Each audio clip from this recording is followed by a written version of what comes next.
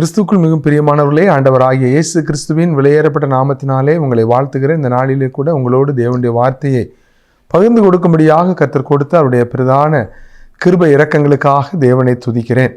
இந்த நாளில் கூட நாம் 1 சாமுவேலின் புஸ்தகம் 13ஆம் அதிகாரத்திலிருந்து தேவனுடைய சத்தியங்களை தியானிக்க கர்த்தர் நமக்கு உதவி செய்வாராக. 1 சாமுவேல் 13ஆம் அதிகாரம் 19ஆம் வசனத்தை நாம் வாசிக்கலாம். எபிரேயர் பட்டயங்களை ஆகிலும் ஈட்டிகளை ஆகிலும் உண்டு பண்ணாதபடிக்கு பார்த்து கொள்ள வேண்டும் என்று பெலிஸ்தர் சொல்லியிருந்தபடியால் இஸ்ரவேல் தேசத்தில் எங்கும் ஒரு கொல்லன் அகப்படவில்லை. பிரியமானவர்களே, சவுலுடைய ராஜ்யபாரத்தினுடைய மிக ஒரு இக்கட்டான ஒரு சூழ்நிலையை நாம் இந்த 1 சாமுவேல் 13ஆம் அதிகாரத்தில் பார்க்கிறோம். சவுல் ராஜ்யபாரம் பண்ணி 1 வருடம் அங்கே நிறைவடைகிறது. இப்பொழுது 2வது வருஷத்துக்குள்ளாக அவர்கள் பிரவேசித்திருக்கிறார்கள்.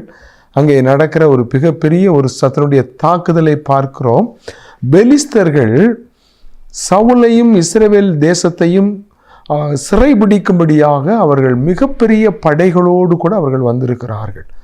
அந்த படைகளுடைய எண்ணிக்கையை நாம் அங்கே பார்க்கும் பொழுது மிக ஒரு அதிகமான 30,000 ரதங்கள், 6,000 குதிரை வீரர்கள், கடற்கரை மணலை போல காலாட்படைகள். கொஞ்சம் கற்பனை பண்ணி பார்த்தீங்கன்னா ரொம்ப பயங்கரமாக இருக்கும். அவர்கள் ரதங்கள் மட்டும் 30,000, குதிரை வீரர்கள் எவ்வளவு 6,000. இப்போ இந்த சூழ்நிலையில் இஸ்ரவேல் ஜனங்களுடைய படையை பார்த்தீங்கன்னா மொத்தம் 3,000 பேர் தான். அதில் 2,000 பேர் சவுல் ராஜாவோடு கூட, 1,000 பேர் யோனத்தானோடு இருக்கும்படியாக படையை 2ஆக பிரிச்சுட்டாங்க. இப்போ யோனத்தான் ஒரு இடத்துல இருக்கிறாரு, சவுல் இன்னொரு இடத்துல இருக்கிறாரு. இவ்விதமாக சவுலோட 2,000 பேர் தான், யோனத்தானோட 1,000 பேர் தான். ஆனால் இங்கே நம்ம பார்க்குற காரியம் என்ன, 30,000 ரதம். ஒரு ரதத்தில் கிட்டத்தட்ட ஒரு 3 பேர் ரதம் ஓட்டி ஒரு ஆள் உட்காந்துக்கு 2 பேர்னா 90,000 பேர் ஆச்சு அவங்க மட்டுமே. குதிரை வீரர்கள் 6,000, காலாட்படைகள் கடற்கரை மணலை போல எண்ணவே முடியாது. லட்சக்கணக்கான காலாட்படைகள் அங்கே வந்துட்டாங்க. மிக சிறிய படை. இப்போ ஒரு இக்கட்டான ஒரு சூழ்நிலை அங்கே சத்ரு இஸ்ரவேலுக்கு உண்டு பண்ணுகிறதை பார்க்கிறோம். இக்கட்டு வந்தது என்று சொல்லி அங்கே இஸ்ரவேல் ஜனங்கள் என்ன செய்கிறார்கள்? நாம் 1 சாமுவேலில் நாம் வாசிக்கிறோம். இங்கே 13ஆம் அதிகாரம் 6ஆம் வசனத்தை நாம் வாசிக்கலாம். அப்பொழுது இஸ்ரவேலர் தங்களுக்கு உண்டான இக்கட்டை கண்டபோது ஜனங்கள் தங்களுக்கு உண்டான நெருக்கத்தினாலே கெபிகளிலும் முட்காடுகளிலும் கண்மலைகளிலும் துருக்கங்களிலும் குகைகளிலும் ஒளித்து கொண்டார்கள். சத்துரு கெர்ச்சிக்கிற சிங்கம் போல எவனை விழுங்கலாமோ என்று வகை தேடி சுற்றித் திரிகிறான் என்று பேதுரு அப்போஸ்தலன் எழுதினதை போல இந்த இஸ்ரவேல் தேசத்தையே விழுங்கும்படியாக அங்கே எதிரிகளாகிய பெலிஸ்தர் மிகப்பெரிய படைகளோடு வந்து நிற்கிறாங்க. ஜனங்கள் பயந்துட்டாங்க. ஓடி காடுகளிலும் மலைகளிலும் முட்புதர்களிலும் குகைகளிலும் பள்ளங்களிலும் ஓடி ஒளிந்து கொள்கிறாங்க. சிலர் 7ஆம் வசனத்தில் பார்த்தீங்கன்னா சிலர் இஸ்ரவேல் தேசத்தையே தாண்டி யோர்தான் நடையை தாண்டி காத்து நாட்டுக்கு இன்னும் கில்காலுக்கு ஓடி போகிற நிலைமையை நம்ம கிலியாத்துக்கு ஓடி போகிற நிலைமையை பார்க்குறோம். எவ்வளோ பயங்கரமான ஒரு சூழ்நிலை, பதட்டமான சூழ்நிலை, எதிர்பாராத ஒரு பதட்டம்.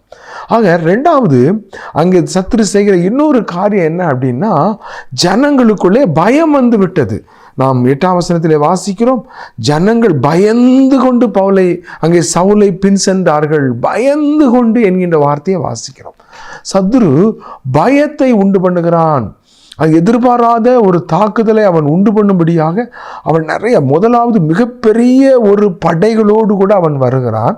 2வது அதை கண்ட ஜனங்கள் ஓடி ஒளிந்து கொள்கிறார்கள். இப்போ சவுல் எண்ணிக்கை பார்க்குறான், தான் கூட 2,000 பேர் இருந்தாங்க. இப்போ எண்ணி பார்க்குறான், வெறும் 600 பேர் தான் இருக்கிறாங்க. யோனத்தானோட 1,000 பேர் இருந்தாங்க, 1,000 பேரையும் காணும். யோனத்தானும் அவருடைய ஆயுததாரி மட்டும்தான் இருக்கிறாங்க. ஒரு ஆள். எல்லாரும் ஓடி ஒளிந்து எங்கே போனார்கள்? காடுகளிலே, கண்மலைகளிலே, குகைக்குள்ளே, புதருக்குள்ளே ஒளிஞ்சுக்கிட்டாங்க. சிலர் யோர்தானை தாண்டி நாட்டையே தாண்டி ஓடி போயிட்டாங்க. இஸ்ரவேல் தேசத்திலேயே இல்லைங்க, காத்து பட்டணத்துக்கும் கீலேயாத்துக்கும் ஓடி போனதை நம்ம பார்க்குறோம். இப்படிப்பட்ட இந்த சூழ்நிலையில் அடுத்து சத்துரு என்ன செய்கிறான்? ஜனங்கள் பயந்து ஓடிட்டாங்க. இப்போ பட்டயம் யாரிடத்துல இருந்தது என்று நாம் பார்க்கும் பொழுது நாம் அந்த 1 சாமுவேல் 13ஆம் அதிகாரத்திலே வாசிக்கிறோம். 22ஆம் வசனத்திலே வாசிக்கிறோம், யோனத்தானுக்கும் சவுலுக்கும் மட்டும்தான் பட்டயம் இருக்குது, வேற யாருக்குமே பட்டயம் இல்லை. கிட்டத்தட்ட 600 பேர் இருக்கிறாங்க. 600 பேர் கையிலையும் பட்டயம் இல்லாமல் சும்மா தான் இருக்கிறாங்க. எவ்வளவு ஒரு நிர்கதியான ஒரு நிலை, நிராயுதபாணியான ஒரு நிலை, மிக ஒரு பரிதாபமான ஒரு நிலை, சத்ருவுக்கு முன்பாக நிற்க பலனற்ற ஒரு நிலை. இந்த சூழ்நிலையில இன்னும் ஒரு பயங்கரமான காரியத்தை அங்கே பார்க்கிறோம். பட்டயமில்லை. அடுத்து 19ஆம் வசனத்தில் நம்ம வாசித்த வண்ணமாக ஒரு பிளாக் ஸ்மித், அந்த ஆயுதங்களை தயார் செய்கிறவர்கள், கூர்மையாக்குகிறவர்கள் ஒருவர் கூட இந்த இஸ்ரவேல் தேசத்தில் அகப்படாதபடிக்கு பெலிஸ்தர் மிக தந்திரமாக எல்லா விதமான அந்த ஆயுத வேலை செய்யக்கூடிய ஆசாரியர்களை, அந்த கொல்லு பட்டறையாளர்களை அவன் கடத்திட்டு போயிட்டாங்க, கொண்டு போயிட்டான். ஒருத்தர் கூட கிடையாது. சத்துருக்கள் எவ்வளவு தந்திரம்! இது ஒரே நாளிலே நடந்த காரியம் அல்ல. அவன் இஸ்ரவேல் தேசத்துக்குள்ளே வந்து எங்கெல்லாம் பற்ற போட்டிருக்கிறாங்க, எங்கெல்லாம் அந்த பிளாக் ஸ்மித்து அந்த ஆசாரியில் இருக்கிறாங்கன்னு பார்த்து அவங்கள எல்லாத்தையும் கடத்தி கொண்டு போயிட்டாங்க. தேசத்தினுடைய பரிதாபமான ஒரு நிலைமையை பார்க்கிறோம். நிர்கதியான நிலைமையில் இருக்கிறாங்க, மிக குறைவான எண்ணிக்கையில் இருக்கிறாங்க. இப்போ இவங்க ஆயுதத்தை அடிக்கணும்னா எங்கே போகணும்? பெலிஸ்தியர் தேசத்துக்கு தான் போகணும். ஒருவேளை அந்த கடப்பாறைகளையோ மண்வெட்டிகளையோ வேற எந்த ஒரு ஆயுதத்தையும் அவர்கள் தீட்ட வேண்டும் என்றால் அவங்க எங்கே போகணும்? பெலிஸ்தியர் தேசத்துக்கு தான் போகணும். ஒருபோதும் நம்முடைய ஆயுதங்களை சத்துருவின் தேசத்துக்குள்ளே போய் நாம் அவைகளை கூர்மையாக்குவதற்கு அது கூடாத காரியம், அது செய்யப்படக்கூடாது, அதை நம்ம செய்யக்கூடாது.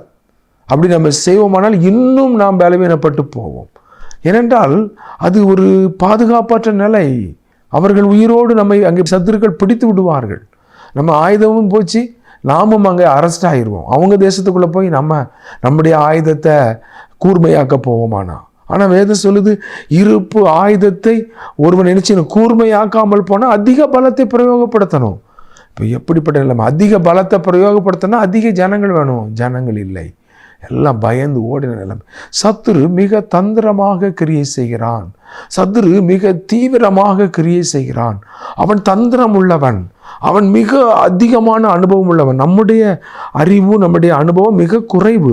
ஆனால் அவன் ஏதேன் தோட்டத்திலிருந்து சுமார் 6000 ஆண்டுகளாக அவன் அனுபவம் உள்ளவனாக இருக்கிறான். எப்படி அங்கே இஸ்ரவேலை வீழ்த்த வேண்டும், எப்படி விசுவாசியை வீழ்த்த வேண்டும், எப்படி கர்த்தருடைய பிள்ளைகளை ஜெயிக்க வேண்டும், எப்படி சபையை தோற்கடிக்க வேண்டும், எப்படி ஒரு தனிப்பட்ட ஒரு மனிதன் தேவனுக்காக நிற்க விடாதபடிக்கு அவனை நிராயுதபாணியாக மாற்ற வேண்டும், எல்லாம் சாத்தானுக்கு தெரியும், எல்லாம் அவனுக்கு தெரியும். அவன் பயங்கரமான அனுபவசாலி. எனக்கு அருமையானவர்களே, இங்கே எவ்வளோ ஒரு பரிதாபமான நிலைமை. ஆனால் இங்கே நாம் அறிந்து கொள்ள வேண்டிய காரியம், முதலாவது இங்கே நடந்த தவறு என்ன? ஜனங்கள் பயப்படுகிறவர்களாக இருக்கிறார்கள். எந்த ஒரு பிரச்சனை வந்தாலும் பயப்படுகிறவர்கள் ஜெயம் எடுக்க முடியாது.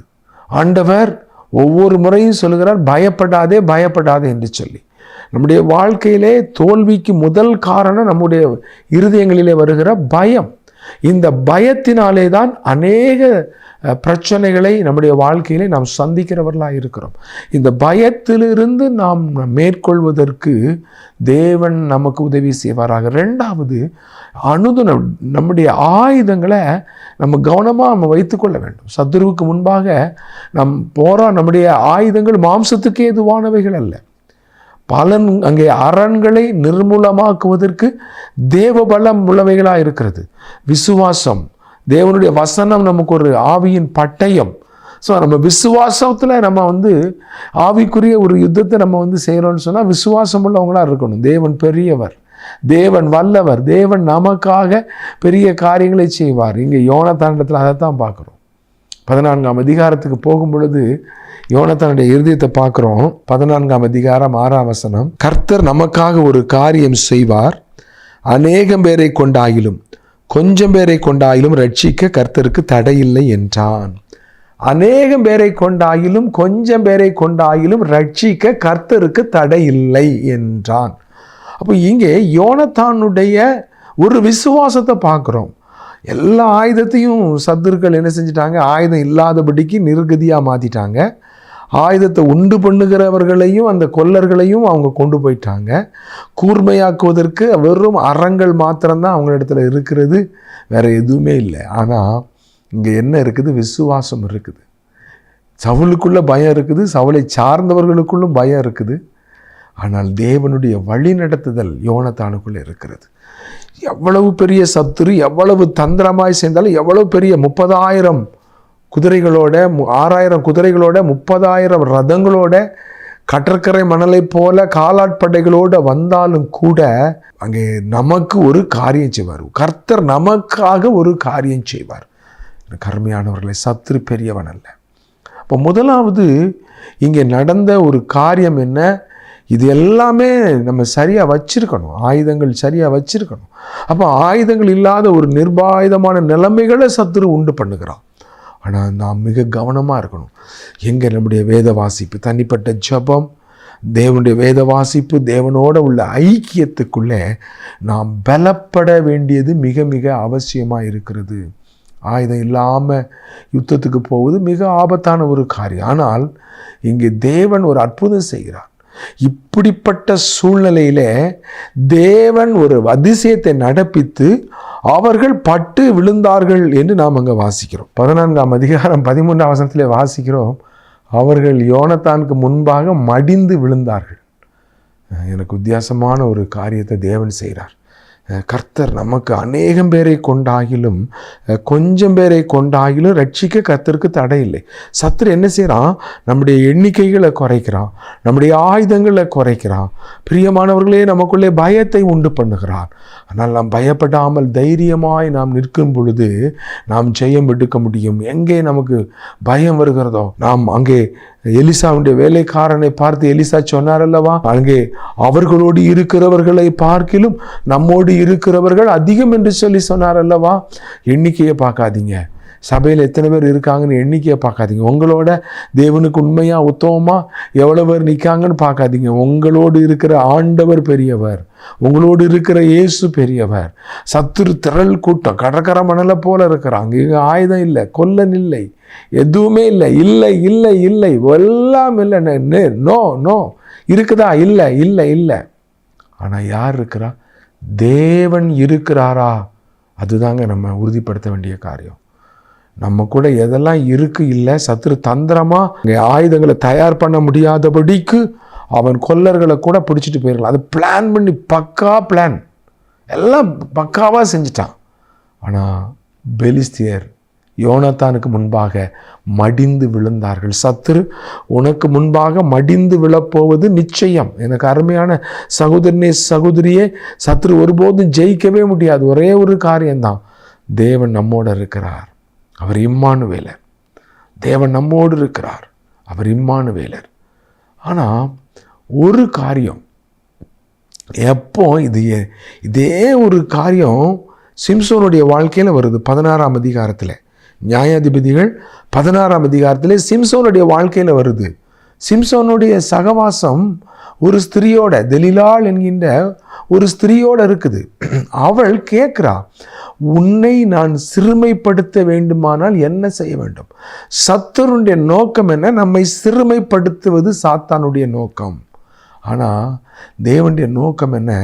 நம்மை இடித்து போட அல்ல, ஊன்ற கட்ட தேவன் விரும்புகிறார். ஆனால் அருமையான சகோதரனே சகோதரியே வாலிபனே, நீ பாவத்துக்கு இடம் கொடுப்பாய் என்றால் உன்னுடைய வாழ்க்கையை சத்துரு சிறுமைப்படுத்துவான். உன்னுடைய வாழ்க்கையில் உனக்கு ஆட்கள் இல்லாமல் இருக்கலாம், ஆயுதம் இல்லாமல் இருக்கலாம், அல்லது ஆயுதத்தை உண்டு பண்ணுகிற கொல்லர்கள் இல்லாமல் இருக்கலாம். ஆனால் கர்த்தர் கூட இருந்தால் நீ ஜெயிச்சிடலாம். ஆனால் இங்கே நாம் நியாயாதிபதிகளின் புஸ்தகத்திலே 16ஆம் அதிகாரத்திலே நாம் வாசிக்கலாம் 20ஆம் வசனத்தை. அப்பொழுது அவள், சிம்சோனே, பெலிஸ்தர் உன்மேல் வந்து விட்டார்கள் என்றாள். அவன் நித்திரை விட்டு விழித்து கர்த்தர் தன்னை விட்டு விலகினதை அறியாமல் எப்போதும் போல உதறி போட்டு வெளியே போவேன் என்றான். கர்த்தர் தன்னை விட்டு விலகினதை அறியாமல், பாவத்தில் தன்னை ஒப்பு கொடுத்த சிம்சோன், அவ கேட்குறா, அவன் முகத்துக்கு நேரம் கேட்குறா, உன்னை சிறுமைப்படுத்தணும்னு நான் என்ன செய்யணும்? உன்னை சிறுமைப்படுத்தினா என்ன செய்யணும்? ஒவ்வொரு பெலிஸ்திய அதிபதிகளும் சொல்கிறாங்க, 1000 வெள்ளிக்காசு நாங்கள் ஒவ்வொருத்தரும் கொடுக்குறோம். 10 பெலிஸ்தர்னா 10,000 வெள்ளிக்காசு உனக்கு தாரோம். சிம்சோனுடைய பலன் எதில் இருக்கிறது என்று கண்டுபிடி. சகோதரனே, சகோதரியே, வாலிபனே, வாலிப தம்பி, தங்கச்சி, சத்துரு அங்கே எங்கே உன்னை சிறுமப்படுத்தணும்னு விரும்புகிறான். உன் பலன் எங்கே இருக்குது? முழங்காலில் தான் இருக்குது.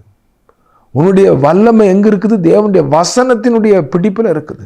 சத்துரு என்ன செய்வான்? உன்னை ஜெபிக்க விடாமல், உன்னை வேதம் வாசிக்க விடாமல். மூன்றாவது, கர்த்தருடைய பிள்ளைகளோடு கூட உள்ள ஐக்கியத்துக்குள்ளே இருந்து உன்னை பிரிக்கிறதுக்கு பார்ப்பான்.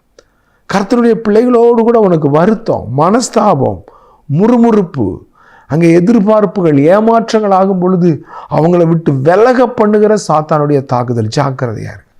நீ தேவனுடைய சபையை விட்டு நீ விலகுவாயானா, தேவனுடைய ஜனங்களுடைய ஐக்கியத்தை விட்டு நீ விலகுவாயானா, நீ தேவனோடு கூட உள்ள ஐக்கியத்தை இழந்துருவ.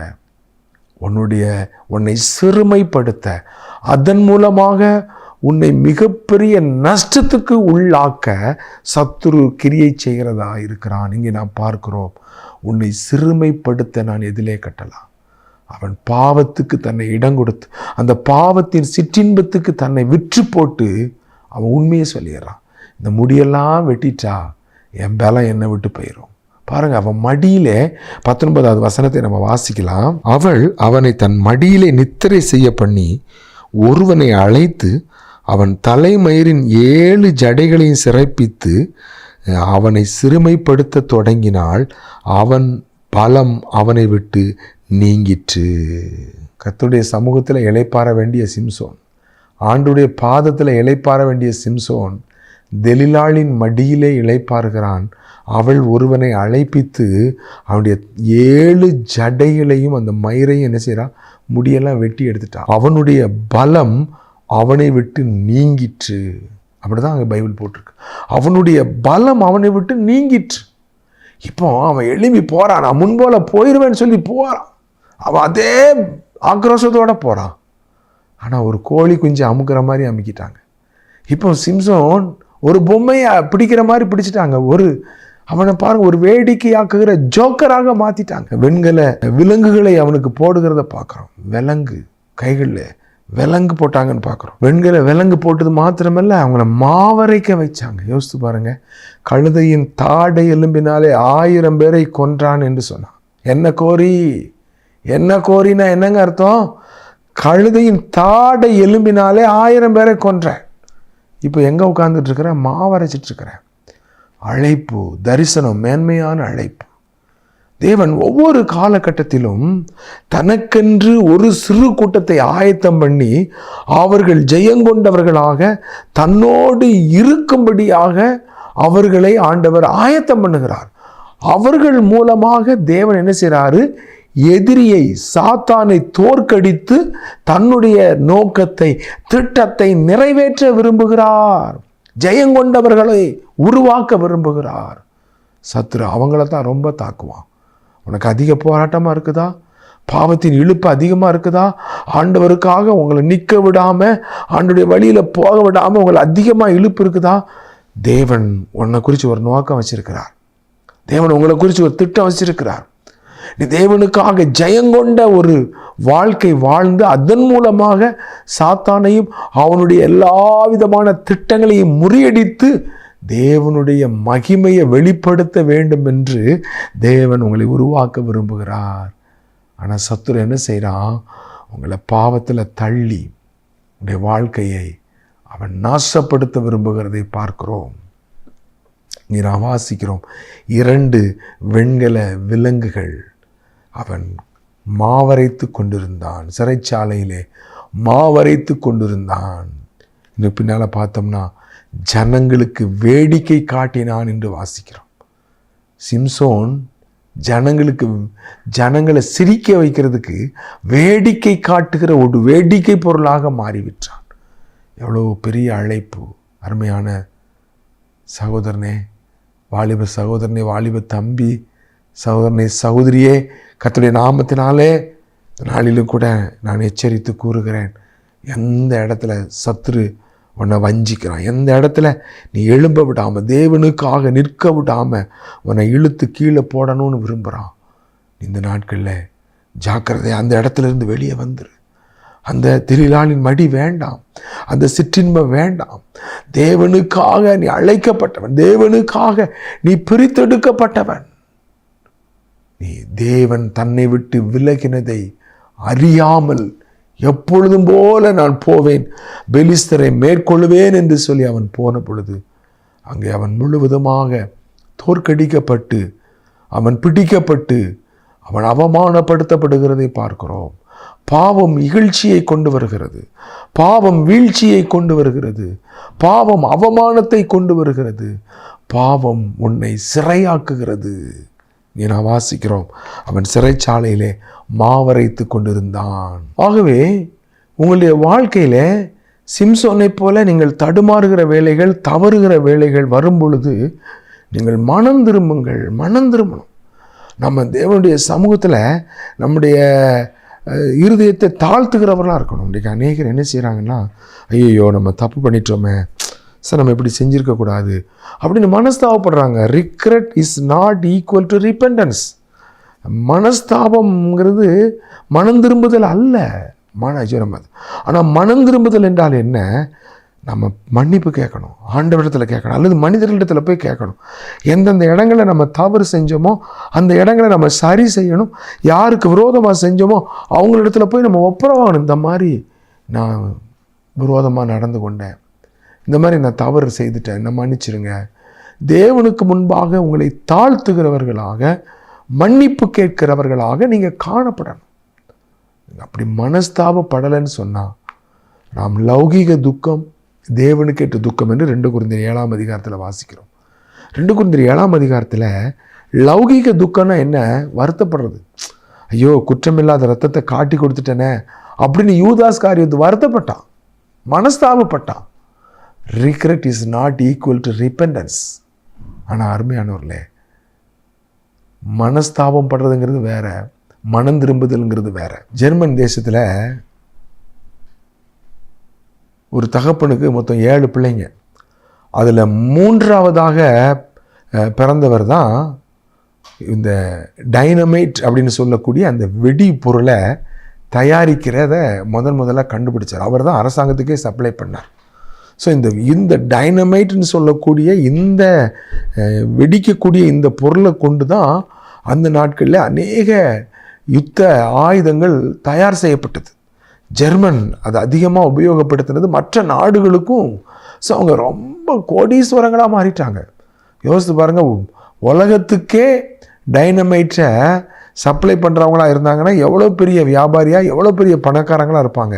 எல்லா நாடுகளுக்கும் சப்ளை பண்ணுறவங்களாக மாறிட்டாங்க. ஸோ இப்போ என்ன ஆயிடுச்சு, பணத்துக்கு மேலே பணம் குவியுது, என்ன செய்யறதுன்னே தெரில, அவ்வளவு பயங்கரமான பிஸ்னஸ். ஒரு நாள் அந்த குடும்பத்தில் மொத்தம் 7 பேர்னு சொன்னேன் இல்லையா, 3ஆவது நபர் தான் இந்த வெடி மருந்து, இந்த டைனமைட்டுங்கிற இந்த மருந்தை கண்டுபிடிச்சவர். அவருடைய சகோதரன் இறந்து போயிட்டார். இந்த பத்திரிக்கை என்ன செஞ்சிடுச்சு, இதை தவறுதெல்லாம் இவர் இறந்துட்டார், இந்த 3ஆவது நபர் இறந்துட்டார்னு சொல்லி தவறுதலாக பிரசுரம் பண்ணிட்டு பத்திரிக்கையில் என்ன போட்டுட்டாங்க, மரணத்தின் வியாபாரி மரணித்தார் அப்படின்னு சொல்லி போட்டாங்க. இந்த பத்திரிக்கை யார் கையில் வருது? இவர் கையிலே வருது. ஐயோ, இறந்தது நம்ம சகோதரன் தான், ஆனால் நம்ம இறந்துட்டோன்னு சொல்லிலாம் பத்திரிக்கையில் தவறுதலாக செய்தி வந்திருக்கு. அது ஒரு பக்கம். அந்த வந்த செய்தியின் தலைப்பு இவரை ரொம்ப சிந்திக்க வச்சிச்சு. மரணத்தின் வியாபாரியானா, மரணத்தை உண்டு பண்ணுற ஒரு வியாபாரியா? அவர் ரொம்ப மனம் உடைஞ்சிட்டார். அப்படியே அவர் என்ன செஞ்சார், உட்கார்ந்து வேதனைப்பட்டார், யோசித்தார். சார் நம்ம மிகப்பெரிய தப்பை செஞ்சிட்டோம், இனி நாம் சரியானதை செய்யணும்னு சொல்லிட்டு சண்டை வர்றதுக்கும், நாட்டுக்கு நாடு சண்டை வராதா, நம்முடைய டைனமிட் விற்காதான்னு நினச்சவர் என்ன செய்தார், சமாதானம் உண்டு பண்ணணும்னு விரும்பினார். தேசத்துக்கு சமாதானம் உண்டு பண்ணணும். யார் யார் சமாதானத்தை விரும்புகிறாங்களோ, சமாதானத்தை உண்டு பண்ணுவதற்காக முயற்சி பண்ணுறாங்களோ அவங்களுக்கு ஒரு பரிசு கொடுக்கணும் அப்படின்னு சொல்லி ஒரு தன்னுடைய பேரில் ஒரு பரிசு ஆரம்பித்தார். அதுதாங்க நோபல் பரிசு. இன்றைக்கு வரைக்கும் அந்த பரிசு கொடுக்கப்பட்டு கொண்டு இருக்கிறது. யார் சமாதானத்துக்காக செயல்படுகிறவர்களாக இருக்கிறார்களோ அவர்களுக்கு இந்த நோபல் பரிசு கொடுக்கப்படுகிறது. அவர் தான் இந்த 3ஆவது நபர், அவருடைய பேர் தான் நோபல். எனக்கு அருமையானவர்களே, டைனமைட்டை தான் கண்டுபிடிச்சார். ஆனால் அந்த பத்திரிகை செய்தியினுடைய வார்த்தை அவருடைய வாழ்க்கையை மாற்றினது. அப்போ மனஸ்தாபங்கிறது வேற, மனம் திரும்புதல்ங்கிறத தான் செய்தது முற்றிலும் நிறுத்திவிட்டு நேர் எதிரான காரியங்களை செய்வது. அப்போ மனம் திரும்புதல் என்பது பாவத்துக்காக மனஸ்தாபப்பட்டுட்டு திரும்ப அதிலே நிலைத்திருப்பது அல்ல. அங்கே யூதாசை போல அல்ல, ஆனால் பேதுருவை போல மனம் கசந்து அழுது தேவனுக்கு தன்னை ஒப்பு கொடுத்துருவோங்க. பெற்றோருக்கு விரோதமாக நீங்கள் கோவப்பட்டு திட்டுறீங்களா, அவங்கள்ட்ட மன்னிப்பு கேட்கணும். தயவுசெய்து மன்னிச்சிருங்க. அல்லது எந்தெந்த இடங்களை எங்கே தவறு செய்தோ அவங்க இடத்துல போய் ஒப்புரவாகணும். சிலர்கிட்ட அந்த ஒப்புரவாகி மன்னிப்பு கேட்டு நான் மனம் திரும்பிட்டேன், அதுதான் ரொம்ப முக்கியம். அந்த மனம் திரும்புதல் உங்களுடைய வாழ்க்கையை மாற்றுகிறது. கருமையானவர்களே, சிம்சோனுக்கு அவருடைய வாழ்க்கையில் அந்த மனம் திரும்புகிற தருணமே கிடைக்கல. சத்துரு முழுவதுமாக நம்முடைய வாழ்க்கையில் மனம் திரும்ப முடியாத ஒரு தருணத்தை கொண்டு வந்துடலாம். ஆகவே இந்த நாளில் நீங்கள் தேவ சமூகத்தில் உங்களை தாழ்த்துங்க. ஆண்டவரே, யோனத்தானை போல விசுவாசமாக இருந்து நம்ம ஜெயிக்க வேண்டிய இடம் இருக்குது.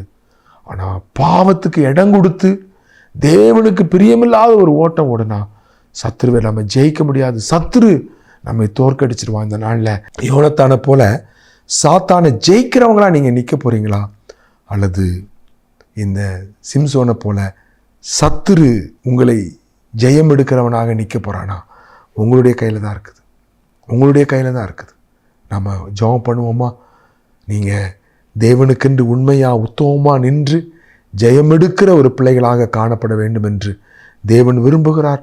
அவ்விதமாக வாழ கர்த்தருடைய நாமத்தினால் உங்களை வாழ்த்துகிறேன். கர்த்தர் உங்களை பலப்படுத்துவாராக.